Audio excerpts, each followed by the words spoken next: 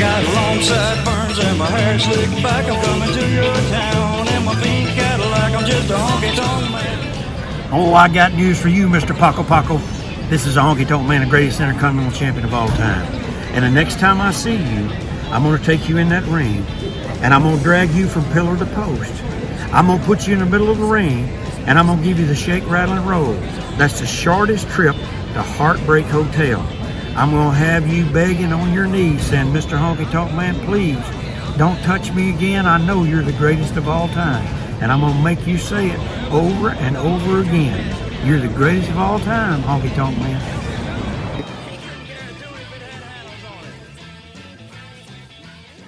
So I'm here with the Honky Tonk Man, the greatest intercontinental champion. No matter what happens in the next few weeks, I still think you're the greatest. But, well, I might not be the longest reigning in the next few weeks. I will have to pass that torch on. But as far as being the greatest, I'm going to keep that one. I'll let the fans decide about that. Oh, I definitely agree. I think it should. you will keep that for a very long time. So, could you tell me like how life is after wrestling? Well, you know, I really didn't. I haven't stopped. I've not wrestled this year yet, but I did wrestle last year, and I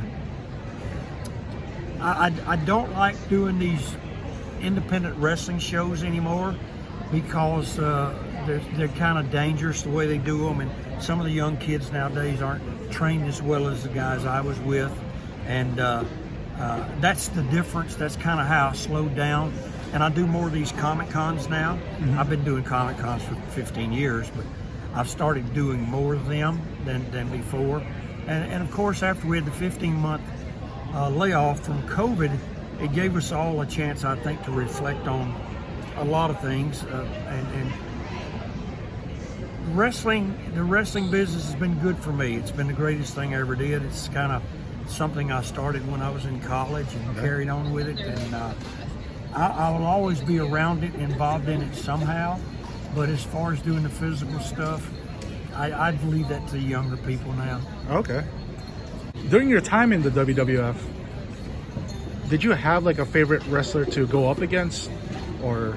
Well, I always say that, and a lot of the fans don't understand this, but other wrestlers have said the same thing. Mm-hmm. We do this for money. It's called professional. When you say professional, you do it for money. You don't do it because you just want to go out and do it. I mean, and I always like to wrestle the guys I made money with, Macho Man Randy Savage, and of course Hulk Hogan and those guys.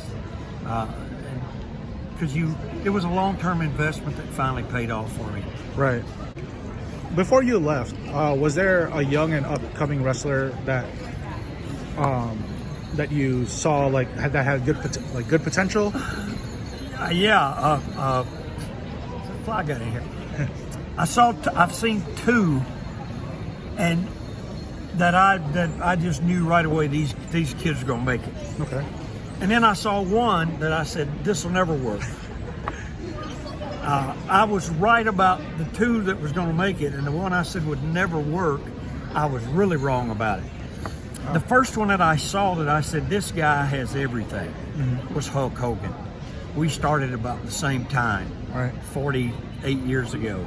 In fact, he just turned 70 early in mid-August this year, and I turned 70 in January of this year.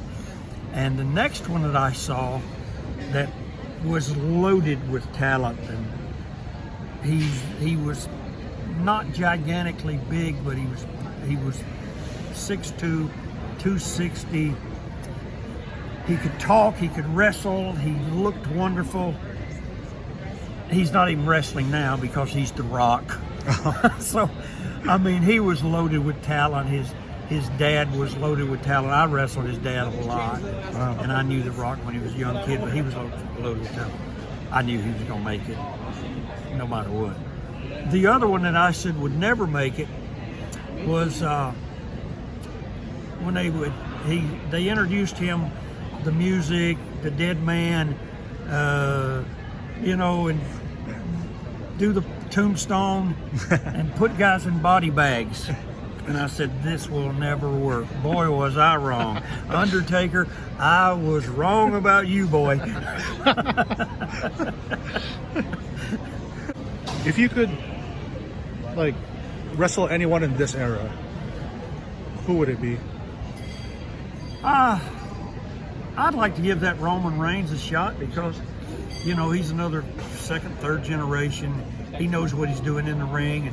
And of course, Randy Orton, he's always been my favorite out there. And because, you know, he's another guy that knows what's going on. And it's important to be able to have an opponent that you trust and that you can do things with and let them do things to you and do things with you. That makes it so much easier and so much better. It makes it better for the fans.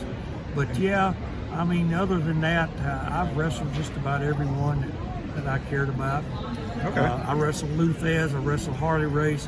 The only guy I never got to wrestle, I would like to wrestle him, would be Nick Bockwinkel. And I never got to wrestle Nick, but a lot of the older guys I did, and I enjoyed them all. Oh, awesome.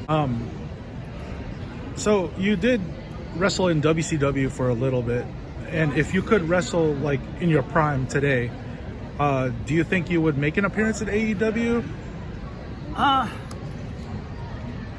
I'm not. Well, it would take me a few months to get prepared, you know, body wise and condition wise.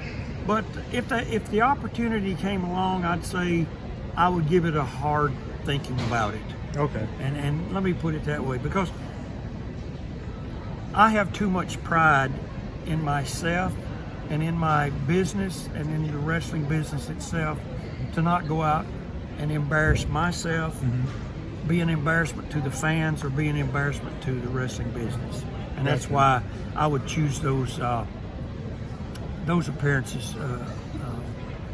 I would critique them really strong before I decided to say yes.